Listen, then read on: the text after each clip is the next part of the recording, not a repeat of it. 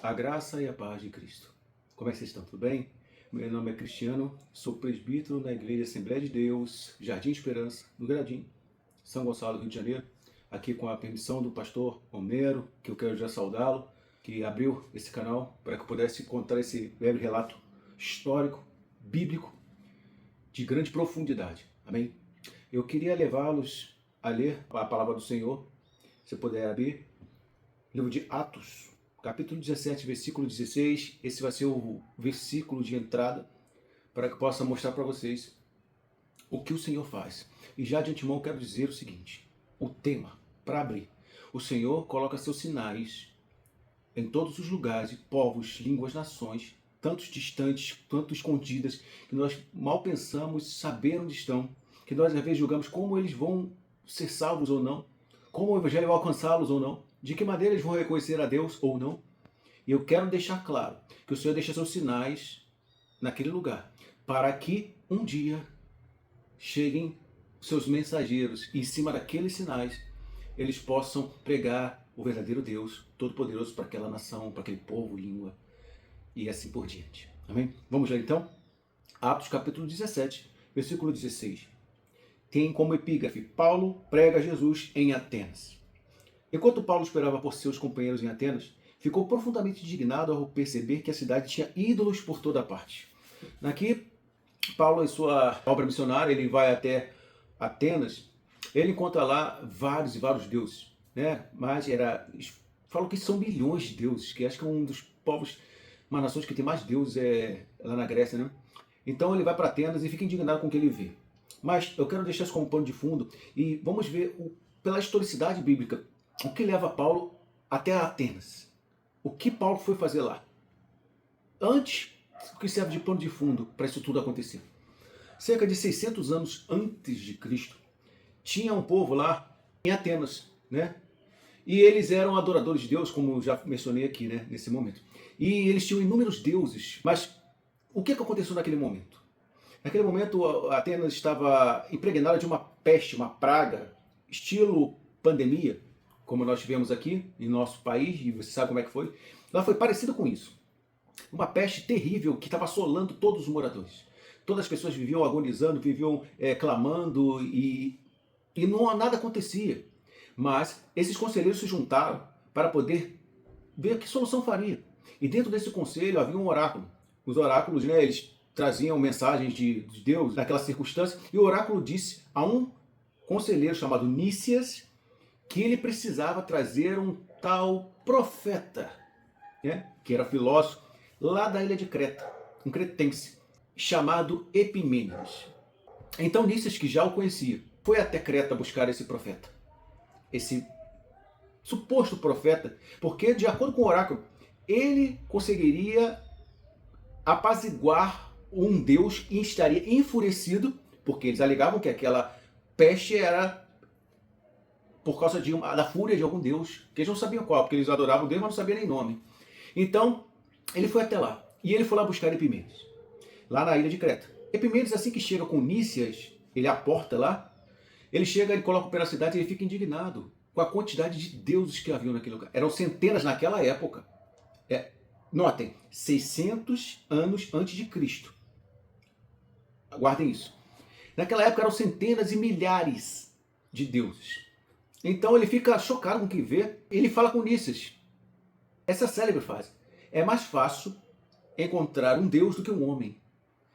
Indicando que tem mais deuses do que homens naquele lugar. Porque Atenas, eles não só tinham seus próprios deuses, mas eles importavam deuses de outras culturas e povos pagãos. E viviam trazendo os deuses. Enfim, ele chegou e levou Epimênides até aquele lugar, subiu aquela colina chamada Colina de Marte, ele foi para o Areópago, e chegando lá, ele encontrou todos os conselheiros que já brevemente foram lá saudá-lo, mas ele não queria saber de saudação, ele queria resolver o problema. Ele chegou e falou: olha só, não preciso de saudação, não preciso que se confraternize comigo.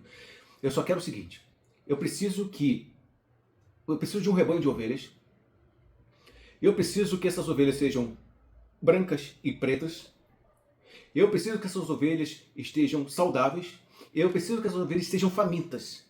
Elas não devem comer nada esta noite, Porque após o descanso noturno as ovelhas comiam, pastavam naquele horário, à noite. Então ele falou, não dê alimento nenhum, pastagem nenhuma para essas ovelhas. E amanhã cedo, ao nascer do sol, vocês tragam essas ovelhas para mim, juntamente com pedreiros e pastores. Né? No dia seguinte, não estavam entendendo nada, questionaram, mas, como sabe, filósofos adoram questionar, mas Epimenes deu de ouvido e foi para o seu aposento. No dia seguinte, bem cedo, todos ali trouxeram, né, os pastores trouxeram suas ovelhas famintas, as mais saudáveis, pretas e brancas, e trouxeram e colocaram à frente, e acordaram a Epimenes, que falou o seguinte, beleza, pega essas ovelhas e soltem no pasto, todas de uma vez.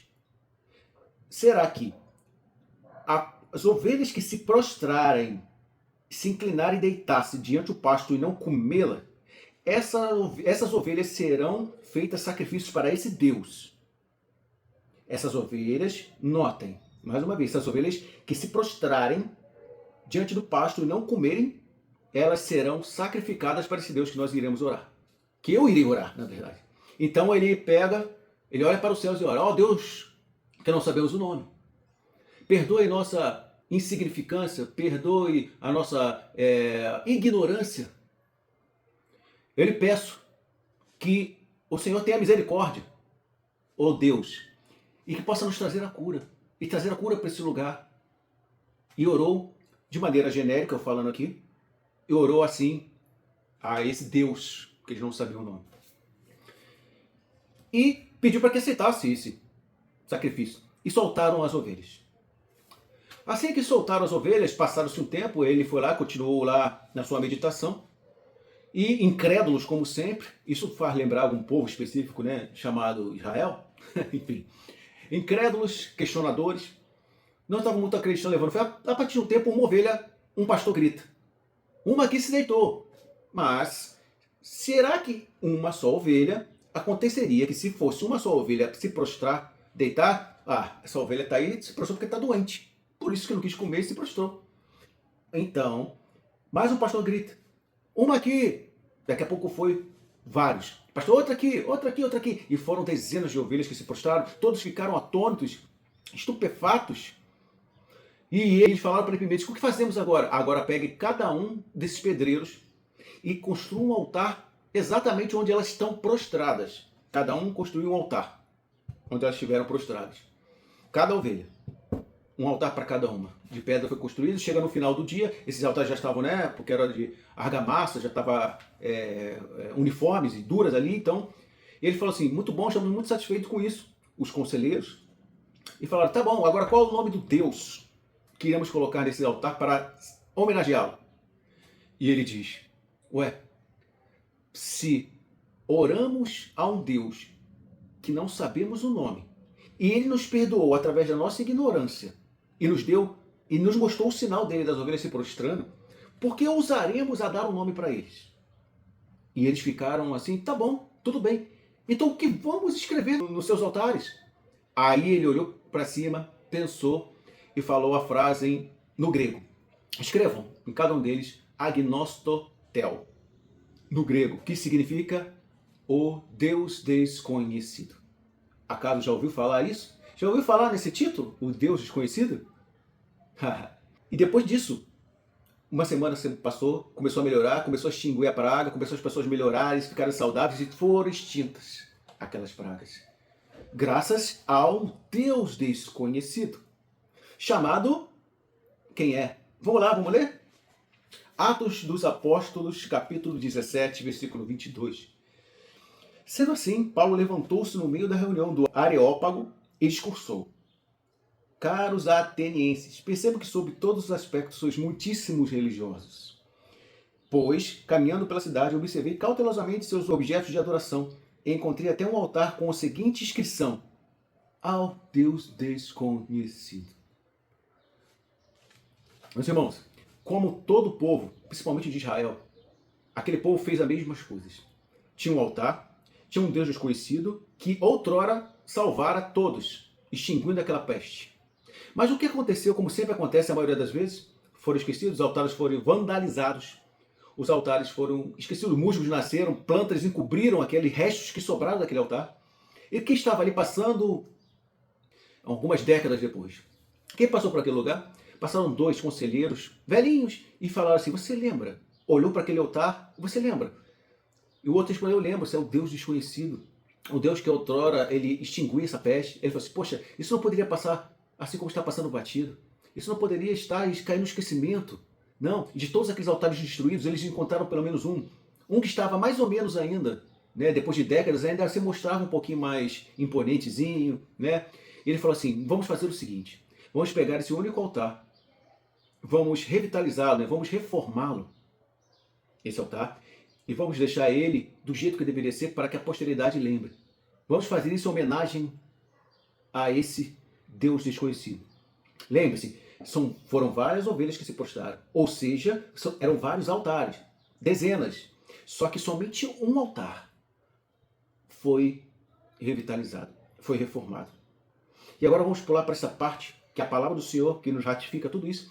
Quando Paulo chega, ele diz: pois caminhando pela cidade, observei cautelosamente seus objetos de adoração e encontrei até um altar. Temos que nos aprofundar na palavra. Olha o que está escrito aqui: um altar. Unidade. Um altar. Esse único altar foi aquele altar que aqueles servos, aqueles conselheiros, velhinhos, revitalizaram para ele ficar de posteridade. E o que eu disse lá no começo do vídeo?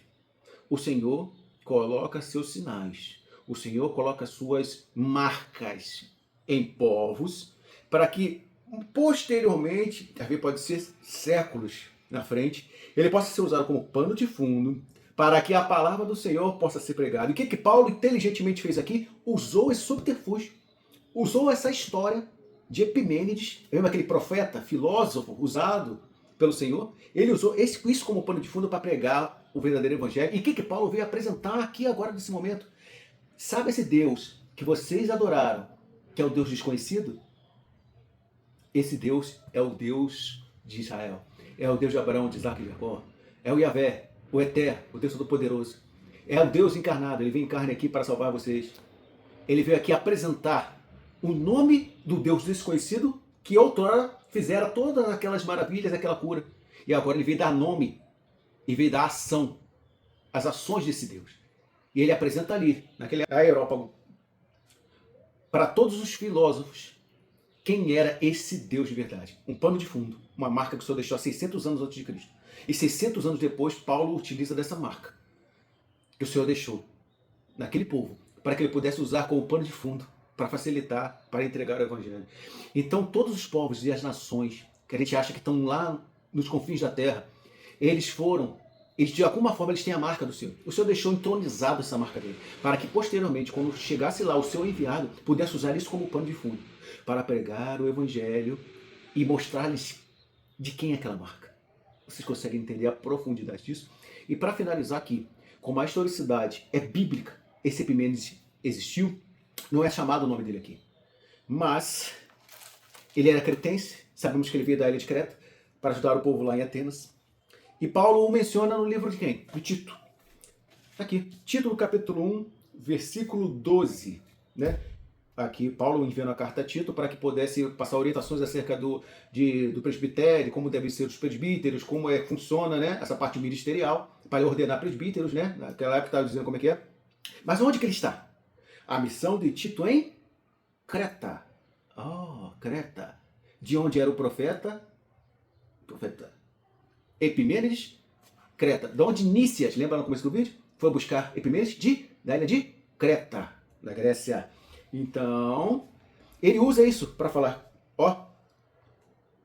Tito 1, versículo 12. Um dos seus próprios profetas declarou: os cretenses são sempre mentirosos, feras malignas, glutões e preguiçosos. Um dos seus profetas. Quem disse isso? Epimênides. E se você parar, dá um Google aí e pesquisa.